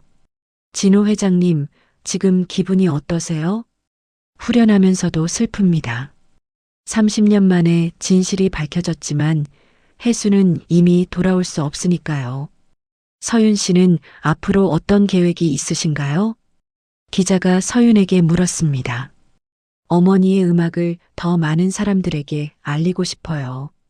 그것이 어머니께 대한 최고의 추모가 될 거라고 생각해요. 3개월 후 서윤의 첫 번째 정식 앨범 혜수에게 바치는 노래가 발매됐습니다. 모든 수익금은 음악 인재 육성을 위한 장학재단에 기부하기로 했어요. 앨범 발매 기념 콘서트가 예술의 전당에서 열렸습니다. 2,000석 규모의 콘서트홀이 완전히 매진됐어요. 무대에 오른 서윤이 관객들에게 인사했습니다. 안녕하세요. 오늘 이 자리에 와주신 모든 분들께 감사드립니다. 서윤의 목소리가 홀 전체에 울려 퍼졌어요. 오늘 연주할 곡들은 모두 제 어머니 한혜수 님이 작곡한 것들입니다. 관객들이 숙연해졌습니다. 어머니는 생전에 이런 무대를 꿈꾸셨을 거예요. 오늘 제가 그 꿈을 대신 이루어 드리겠습니다. 첫 곡 겨울의 재회가 시작됐습니다. 홀 전체가 조용해지며 서윤의 연주에 빠져들었어요. 관객석 맨 앞줄에 앉은 진호의 눈에 눈물이 맺혔습니다. 30년 전 혜수가 꿈꿨던 무대가 마침내 현실이 된 것이었어요. 연주가 끝나자 홀 전체가 기립박수로 가득 찼습니다. 5분 넘게 계속된 박수는 혜수와 서윤, 그리고 음악에 대한 찬사였어요. 콘서트 후 기념 파티가 열렸습니다. 음악계 인사들과 후원자들이 서윤을 축하했어요. 서윤 씨, 정말 감동적인 연주였어요. 국립교향악단 지휘자가 서윤에게 말했습니다. 다음에는 오케스트라와 협연을 해보면 어떨까요? 영광이에요. 꼭 하고 싶습니다. 서윤이 기쁜 마음으로 대답했어요. 파티가 끝난 후 진호와 서윤은 한강변을 걸었습니다. 야경이 아름답게 빛나고 있었어요. 정말 꿈 같은 하루였어요. 서윤이 말했습니다. 해수도 하늘에서 기뻐하고 있을 거야. 진호가 미소를 지었습니다. 회장님, 정말 고마워요. 회장님이 아니었다면 이런 일은 불가능했을 거예요. 나도 고마워. 서윤이 덕분에 30년 만에 해수와의 추억을 되찾을 수 있었거든. 두 사람은 강변에서 오랫동안 이야기를 나눴어요. 과거의 아픔도 현재의 기쁨도 함께 나누었습니다. 1년 후 서윤은 세계적인 피아니스트로 인정받게 됐습니다. 해수의 곡들도 클래식 음악 애호가들 사이에서 큰 사랑을 받았어요. 진호는 해수를 기리는 음악재단을 설립했습니다. 재능 있는 젊은 음악가들을 후원하는 일에 전념했어요. 김선미는 서윤의 매니저가 되어 그녀를 가장 가까이서 지켜봤습니다. 해수에 대한 약속을 끝까지 지킨 것이었어요. 그리고 박수호는 교도소에서 진심으로 참회하며 지냈습니다. 미라는 아버지의 죄를 인정하고 피해자들에게 사죄했어요. 어느 겨울날 진호와 서윤이 다시 해수의 묘를 찾았습니다. 묘비 앞에는 팬들이 보낸 꽃들이 가득했어요. 엄마, 이제 정말 많은 사람들이 엄마 음악을 사랑해요. 서윤이 묘비에 손을 대며 말했습니다. 그리고 저는 엄마가 물려주신 재능으로 행복하게 살고 있어요. 진호도 묘비 앞에 무릎을 꿇었어요. 해수야, 약속을 지켰어. 내 꿈을 이루어냈어. 바람이 불어와 두 사람의 머리카락을 스쳤습니다. 마치 해수가 고마움을 표현하는 것 같았어요. 이제 정말 평안하게 쉬세요, 엄마. 서윤이 마지막 인사를 했습니다. 해가 지고 있었지만 두 사람의 마음은 따뜻했습니다. 30년간의 긴 여행이 마침내 아름다운 결말을 맞이한 것이었어요. 해수의 영혼은 이제 진정한 안식을 찾았고 그녀의 음악은 영원히 사람들의 마음 속에서 살아갈 것입니다. 긴 겨울 같던 30년의 기다림은 결국 한 곡의 선율로 끝이 났습니다. 누군가는 숨기고 지우려 했지만 진실은 이상하리만큼 음악을 닮아 있었습니다. 아무리 막아도 새어나오고 아무리 덮어도 다시 울려 퍼지니까요. 해수가 남긴 건 복수만이 아니라 끝까지 포기하지 않았던 삶의 증거였고 서윤이 이어준 건 과거의 상처가 아니라 앞으로의 길이었습니다. 때로는 늦게 도착한 진실이 더 잔인할 때도 있지만 그 진실을 마주한 사람들이 결국 서로를 구해냅니다. 오늘 이야기처럼 우리 인생에도 언젠가 끝내 완성되는 마지막 마디가 찾아오길 바랍니다. 이야기를 끝까지 들어주신 분이 계시다면 잘 들었다고 댓글 하나만 남겨주세요. 당신의 오늘을 늘 응원합니다.